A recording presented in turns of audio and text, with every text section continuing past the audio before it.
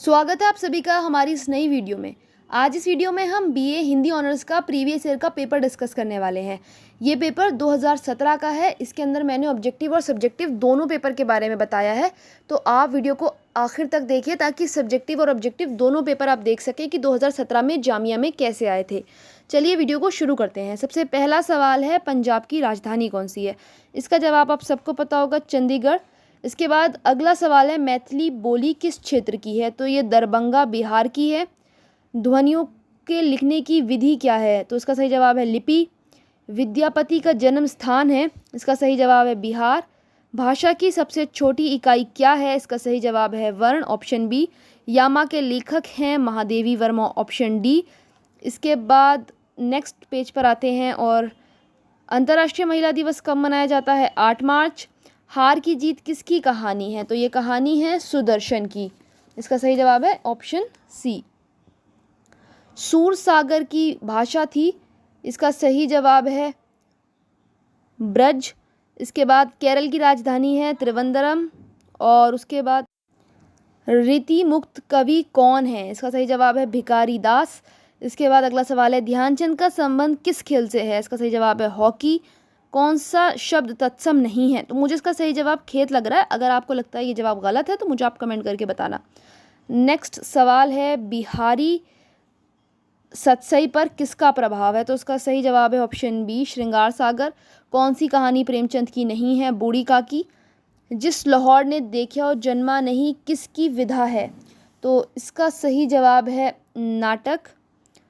पद्मावत के रचनाकार, option D, Malik Mohammad जायसी। क्षेत्रफल की दृष्टि से भारत का सबसे छोटा राज्य गोवा है। नेताजी सुभाष चंद्र बोस अंतर्राष्ट्रीय हवाई अड्डा कोलकाता में है। 26 जनवरी पर मुख्य अतिथि किस देश के थे? तो क्योंकि ये जो प्रश्न पत्र है ये 2017 का है, अगर मैं अब 2021 की बात करूं तो वो ब्रिटेन के थे, बट वो आ नहीं पाए कोरोना की वजह से। लेकिन अगर आते तो 2021 में वो ब्रिटेन के होते। इसके बाद सवाल है, महात्मा गांधी का जन्म स्थान है? तो वो है पोरबंदर। इश्कनामा किसकी कृति है? तो इश्कनामा आलम नहीं, बोधा की कृति है, ऑप्शन बी। अंजना कश्यप किस टीवी से संबंधित है? आज तक से। चेन्नई एक्सप्रेस की नायिका हैं दीपिका पादुकोण। जम्मू कश्मीर के प्रथम गवर्नर जनरल हैं डॉक्टर कर्ण सिंह। जहाँ किसी वर्ण की आवृत्ति होती है वहाँ कौन सा अलंकार होता है? अनुप्रास। ऋतुएं कितनी प्रकार की होती हैं? 6 प्रकार की। कुछ आंसर्स इसमें गलत दिए हुए हैं तो आप उनको देख लेना, टिक गलत लगे हुए हैं।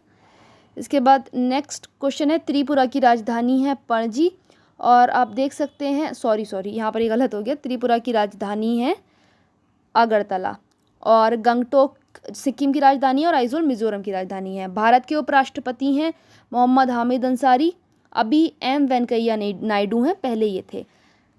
फिर है, रामलला नछू किसकी कहानी है? तो ये कहानी है तुलसीदास की। इसके बाद अगला सवाल है, लोसर उत्सव किस धर्म से संबंधित है? तो ये बुद्ध धर्म से संबंधित है, बौद्ध धर्म से। विश्व की सबसे बड़ी सुरंग कहाँ है? तो ये स्विट्जरलैंड में है। और इसके बाद अगला सवाल है, समान अर्थ वाले शब्दों को क्या कहते हैं? पर्यायवाची शब्द। भारत की सबसे ऊंची चोटी है वो कंचनजंगा है, भारत की, ठीक है, एवरेस्ट भारत में नहीं है। इसके बाद अगला सवाल है, सबसे छोटा ग्रह है? तो सबसे छोटा ग्रह जो है वो आपका है बुध और सबसे बड़ा बृहस्पति। कौन सी फिल्म आमिर खान की है? दंगल आमिर खान की है। भारत में न्यूनतम जनसंख्या वाला राज्य है सिक्किम, ऑप्शन ए। ये घमूरा नृत्य किस प्रदेश का है? तो उसका सही जवाब है ओडिशा। किस यान द्वारा एक साथ 104 उपग्रह प्रक्षेपित किए गए थे? तो उसका ऑप्शन ए सही जवाब है। प्रारूप समिति की स्थापना कब की गई थी? 29 अगस्त 1947। इसका भी ऑप्शन ए सही जवाब है। अब चलते हैं सब्जेक्टिव पेपर की तरफ। तो आइए, सब्जेक्टिव पेपर ये रहा 2017 का, जिसके अंदर 60 नंबर का सब्जेक्टिव आया था, 40 नंबर के ऑब्जेक्टिव आए थे।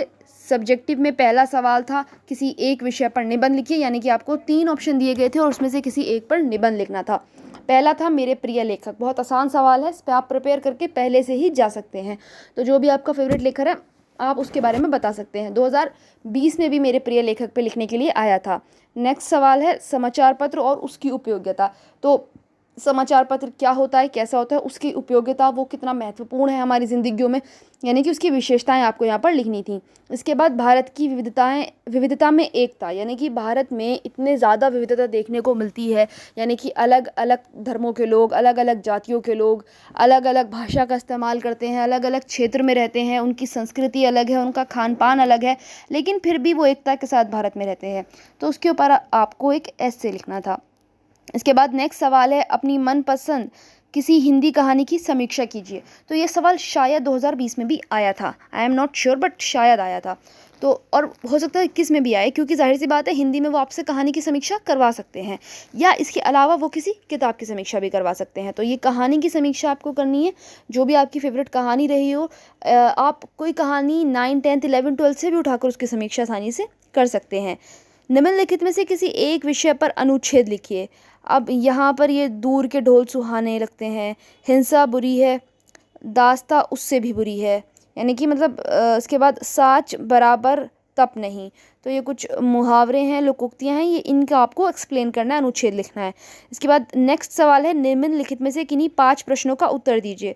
तो मतलब हम ये कह सकते हैं कि बीए ऑनर्स हिंदी में आपको अच्छे खासे ऑप्शन मिल जाते हैं, आगे भी मिलेंगे, 20 में भी आए थे और 21 में भी ऑप्शन मिलेंगे, जबकि मास मीडिया में कोई ऑप्शन नहीं मिलता।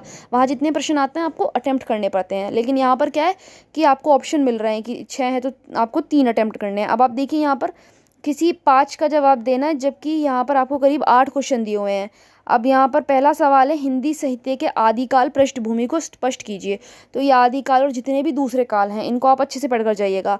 तुलसीदास की काव्यगत विशेषताओं का उल्लेख कीजिए। तो जैसे तुलसीदास, कालिदास और जितने भी फेमस राइटर हैं, या फिर सूरदास, कबीरदास, तो इनके बारे में अच्छे से पढ़ के जाइएगा, यानी कि इनकी विशेषताओं के बारे में आप पढ़ कर जाइएगा, ये क्या लिखते हैं, इनकी कोई फेमस दोहे जो हो वो आप याद करके जाइएगा, उसकी समीक्षा आ सकती है। इसके बाद अगला सवाल है, दोहा छंद का परिचय दीजिए। इसके बाद सवाल है, अपनी मनपसंद कविता लिखिए और उसकी व्याख्या कीजिए। तो यानी कि यहाँ पर आपकी फेवरेट कविता के बारे में पूछ लिया, और यही सेम सवाल 2019 में भी आया था। ठीक है, 2019 में भी आपकी मनपसंद कविता आई थी और उसकी समीक्षा आई थी। ठीक, तो ये समीक्षा हो सकता है 21 में भी आ जाए। तो 17 में आई थी, 19 में आई थी, हो सकता है 21 में भी आ जाए। तो क्योंकि हम हिंदी साहित्य में पढ़ने जा रहे हैं, तो जाहिर सी बात है कहानी, कविता, उपन्यास आप अपना स्ट्रॉन्ग लेके चलिए, और निबंध, 4 चीज़ों की जानकारी तो आपको होनी ही चाहिए। इसके बाद है, विज्ञापनों की भाषा पर टिप्पणी कीजिए। अब जाहिर सी बात है साहित्य में भाषा तो आती ही है, तो हो सकता है विज्ञापन के साथ समाचार पत्रों की भाषा या फिर किसी टीवी चैनल की भाषा के बारे में भी पूछ लिया जाए। तो फिलहाल यहाँ पर सवाल है कि विज्ञापनों की भाषा कैसी होती है, सरल होती है या फिर घरेलू होती है या फिर हिंसात्मक होती है, जैसे भी आपको लगती है कि होती है आप वो लिखिए, इसे अच्छे से एक्सप्लेन करिए। इसके बाद आखिरी सवाल है, अनुप्रास और यमक अलंकार के भेद को उदाहरण स्पष्ट कीजिए। अच्छा, एक सवाल बीच में रह गया, उपसर्ग और प्रत्यय के अंतर को सावधान स्पष्ट कीजिए। तो ये थोड़ा ग्रामर वाला पार्ट हो गया, तो ये आप अपनी ग्रामर की बुक में से इसे देखिए, एक्सप्लेन करिए। तो ये जितने भी ग्रामेटिकल टर्म्स हैं इनको अच्छे से एक्सप्लेन करिए, और जो पेपर है वो ग्रामर से बाहर नहीं आता, उसमें आपकी फेवरेट कहानी आ सकती है, तो यही चीज़ आएंगी। तो मुझे उम्मीद है कि आपको ये वीडियो पसंद आई होगी। 2017 का पेपर यहाँ पर हमारा कंप्लीट हो जाता है, इसको आप सॉल्व करके अपने पास रख लीजिए as a preparation for BA honours Hindi 2021 के लिए। अगर आपको हमारी वीडियो पसंद आई है तो चैनल को सब्सक्राइब करिए, ऐसे ही और अपडेट्स आपको मिलते रहेंगे। 2018 का पेपर बहुत जल्द इसके बाद अपलोड होने वाला है। आप मुझसे कांटेक्ट कर सकते हैं टेलीग्राम पर भी और इंस्टाग्राम पर भी, दोनों की लिंक मैंने डिस्क्रिप्शन में दे दी है। धन्यवाद।